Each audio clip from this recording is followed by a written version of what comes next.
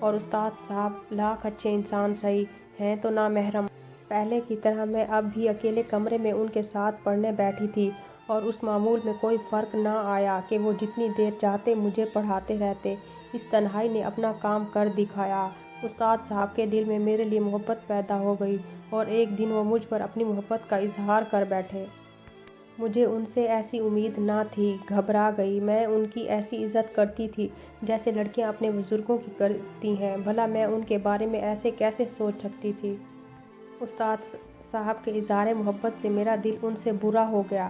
ارادہ کر لیا کہ اب ان سے پڑھنا ترک کر دوں گی۔ میں نے پڑھنے سے انکار کر دیا۔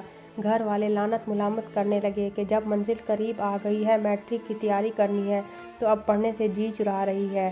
اب 1 سال باقی رہ گیا ہے میٹرک تک پہنچنے میں۔ استاد صاحب آتے میں ادھر ادھر ہو جاتی، ان کے پاس پڑھنے نہ جاتی۔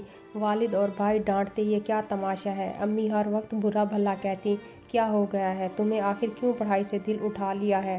میں ان کو وجہ نہ بتاتی، بس یہی کہتی کہ مجھے اب پڑھائی مشکل لگتی ہے۔ میٹرک نہیں کر سکتی، اتنی پڑھائی میرے بس کا روگ نہیں ہے۔ استاد صاحب بھی پریشان تھے، سمجھ گئے کہ انہوں نے اظہار محبت کر کے کتنی بڑی غلطی کر ڈالی ہے۔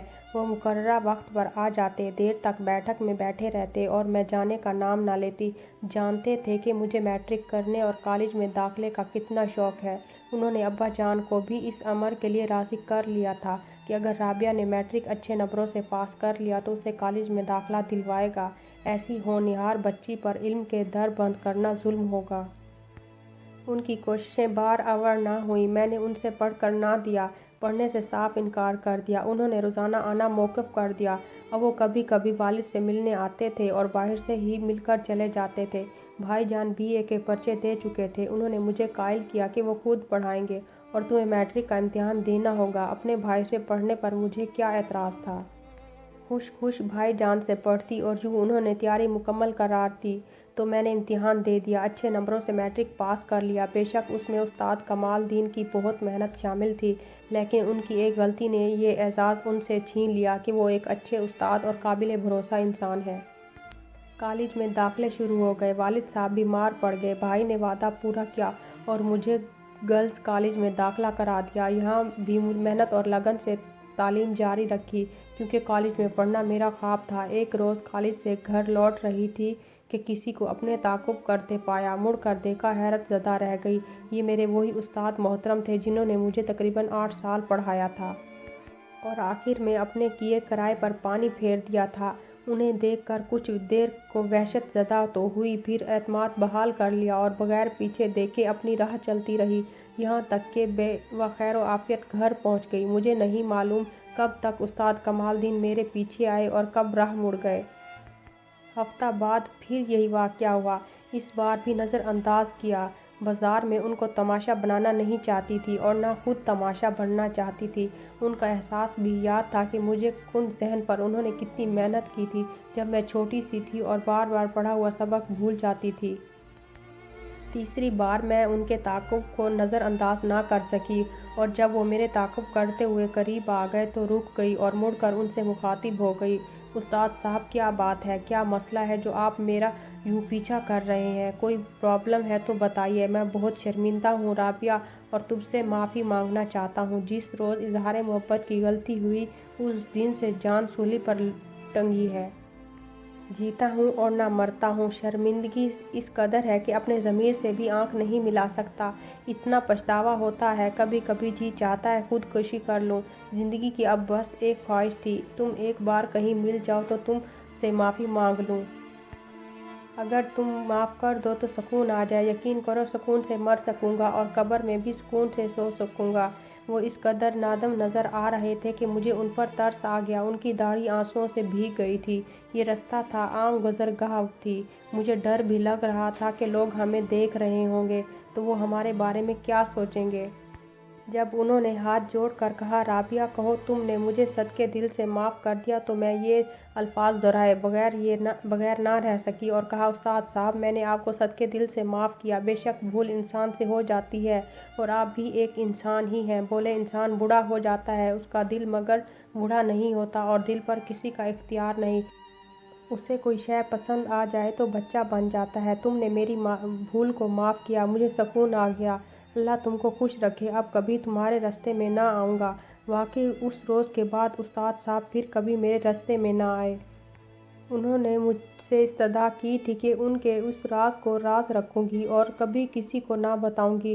میں نے بھی ان کی بزرگی کی لاج رکھتے ہوئے کبھی اس بات کا کسی سے ذکر نہ کیا اور ایک انسانی غلطی سمجھ کر فراموش کر دیا کہ انسان کا دل واقعی کبھی کبھی اسے ایسی خطا کرا دیتا ہے جب کوئی اپنی دلی کیفیت پر قابو نہیں رکھ سکتا۔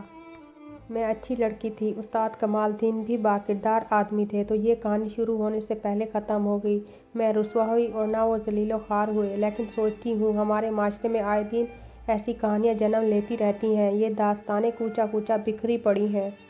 جب ناسمجھ اور نادان نوعمر لڑکیاں اپنے استادوں سے مرعوب ہو کر ان کے ہاتھوں میں کھلونا بن جاتی ہیں اور آخر میں عمر بھر کا پچھتاوا پلے بن جاتا ہے۔ والد صاحب کی بیماری بہت بڑھی تو ان کو لاہور لے گئے، جہاں کینسر تشخیص ہوا۔ یہ ایسی بیماری تھی کہ علاج کرواؤ تو مرو، نہ کرواؤ تو مرو۔ بھائی کو ابھی نوکری نہ ملی تھی۔ والد کی تھوڑی سی پینشن میں گزر بسر ہو رہی تھی۔ کینسر کے عفریت نے منہ کھولا تو ابا جی کے علاج کی خاطر مکان بک گیا اور ہم کرائے کے مکان میں شفٹ ہو گئے۔ یہ بعد میں پتہ چلا یہ کرائے کا یہ مکان استاد محترم کا ہے، جس کا ہم برائے نام کرایہ دیتے تھے۔ جب ہمارے مالی حالات بہت خراب ہو گئے تو پریشانی کے یہ عالم میں ایک روز استاد کمال بھائی کو ملے۔ یوں کہ وہ ہسپتال گئے تو وہاں والد صاحب کو بھائی جان معائنے کے لیے لے گئے تھے۔ کینسر وارڈ میں ٹکراؤ ہو گیا۔ استاد کمال اپنے بڑے بھائی کو چیک اپ کے لیے لائے تھے، خیر خیریت دریافت کی۔ جب انہیں پتہ چلا والد صاحب کینسر میں مبتلا ہیں تو بہت دکھی ہوئے۔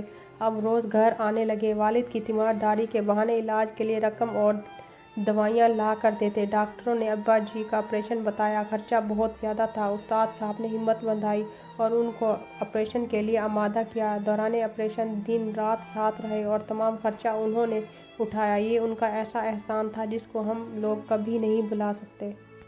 والد صاحب کی زندگی نے وفا نہ کی، وہ کچھ عرصہ بعد خالق حقیقی سے جا ملے، لیکن استاد کمال نے ان سے وفا کی۔ میرے بھائی کو اپنے اثار و شوق سے ملازمت دلوا دی، میری تعلیم کا خرچہ اٹھایا اور دکھ سکھ میں کام آتے رہے، یہاں تک کہ جب میری شادی کا وقت آیا تو انہوں نے کافی رقم قرض حسنہ کے طور پر والدہ کو دی، جو بعد میں معاف کر دی۔ ان کی عنایت سے آج میں اپنے گھر میں خوش اور آباد ہوں۔ بھائی روزگار ہے، امی ان کو ہر وقت دعائیں دیتی ہیں، اگر وہ مدد نہ کرتا تو ہمارا کیا بنتا۔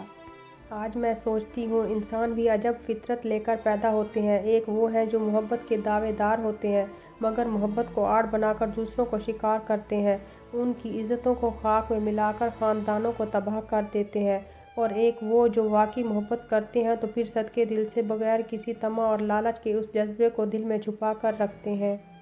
عمر بھر اس پھول کو مرجھانے نہیں دیتے، ان کی مہک سے اپنی روح اور دوسروں کی زندگیوں کو معطر رکھتے ہیں۔ ایسے ہی لوگوں کے دم قدم سے اس دنیا میں بہار ہے۔